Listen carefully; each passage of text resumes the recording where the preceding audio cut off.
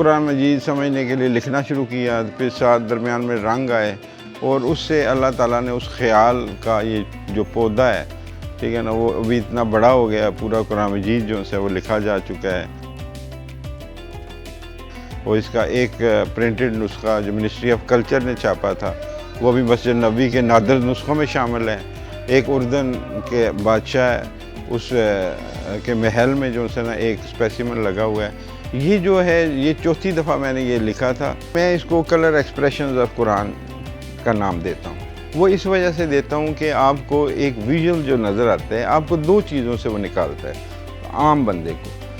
پہلی عام بندے کی جو سوچ ہماری سوسائٹی کے اندر ڈیولپ ہوئی ہے وہ یہ ہے کہ عربی ہر بندہ نہیں سمجھ سکتا، اور ہم اس کو ڈیمانسٹریٹ کرتے ہیں انہی پینٹنگز کے اوپر سے، وہ سارے کنسیپچول تھاٹس کے ساتھ کہ یہ اردو میں لکھا ہوا ہے۔ آپ صرف اپنے ذہن سے وہ بیریئر ریموو کر دیں۔ 34 سال میں آپ کہیں جی کمپلیٹ ہوا۔ بیسک تھیم تھا میرے ذہن کے اندر کہ قرآن مجید اتنا اٹریکٹیو کر کے، اتنا میننگ فل کر کے بنایا جائے کہ جو ہماری آنے والی جنریشنز ہیں وہ قرآن کی طرف مائل ہوں اور اس کو سمجھنے کے لیے اس پہ غور و فکر کریں۔ اور شروع میں جب میں اپنے دوستوں سے یہ خیال ڈسکس کرتا تھا تو وہ کہتے جی ہمیں سمجھ نہیں آ رہی، تم کیا بات کرنا چاہ رہے ہو؟ میں کہتا کہ یہ بات یہ نہیں ہے، میں اپنی ہابی کو روزانہ 1-2 گھنٹے دے سکتا ہوں۔ تو اسی 1-2 گھنٹے کے اس ایکسرسائز کے اندر شاید اللہ تعالیٰ نے وہ قبولیت کا لمحہ کوئی رکھا ہوا تھا کہ اس نے میرے ہاتھ سے یہ کام کروا دیا۔ میری حیثیت ایک برش کی ہے، ٹھیک ہے، جو اللہ تعالیٰ چلوا رہا ہے وہ میرے ریسورسز جنریٹ کر دیتا ہے، اور میں یہ ساری چیزیں جو ہے وہ کرتا ہوں۔ قرآن مجید کو محفوظ کیسے کیا جا سکتا ہے، تو اس کے لیے میں نے آئل کلر، کینوس اور پریزرویشن پروسیسز جو سے ہیں اس کے اوپر وہ کام کیا۔ جب کینوس کے اوپر کام سٹارٹ کیا تو بھی کینوس پہ پورا قرآن مجید جو ہے نا آپ کے سامنے یہاں پہ ڈسپلے پہ ہے۔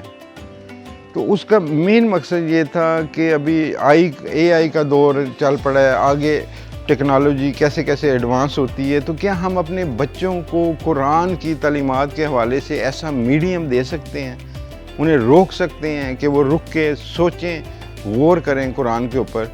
تو اس کا میں نے جب all over the world exhibitions کی اس کا ڈسپلے پہ لے کے گیا تو وہ جو رزلٹ جو میں اپنی سوچ میں رکھا ہوا تھا وہ مجھے ملا کئی جگہوں پہ، کہ کئی جگہوں پہ ٹھیک ہے نا، جو اسٹوڈنٹس تھے، جو بچے بچیاں تھے، وہ کہتے تھے کہ نہیں آپ ایکسپلین نہ کریں، ہمیں سمجھ آ رہی ہے آپ نے کیا بنایا ہوا ہے، کیونکہ ان کا شاید ترجمے کے ساتھ ذرا زیادہ لنک تھا۔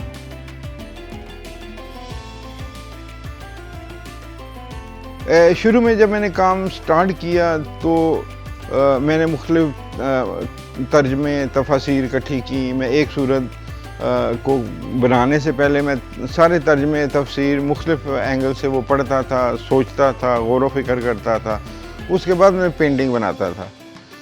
اس کے دوران جو سے ایک لفظ ہے لدنی، ٹھیک ہے نا، وہ ویسے میرے ذہن میں میں سورہ مریم بنا رہا تھا تو اس میں وہ لفظ میرے ذہن میں اٹک گیا، ٹھیک ہے نا۔ جب وہ اٹکا تو اسے نیکسٹ صورت جو میں نے بنائی، میں نے بغیر ترجمہ پڑھے بنائی، ٹھیک ہے نا، اور میں نے بنانے کے بعد جب ترجمے اور تفاسیریں پڑھی تو شاید پڑھ کے بھی میں نے وہی بنانے تھے، اور بغیر پڑھے بھی جو اللہ تعالیٰ نے بنوانا تھا وہ بنوا دیا۔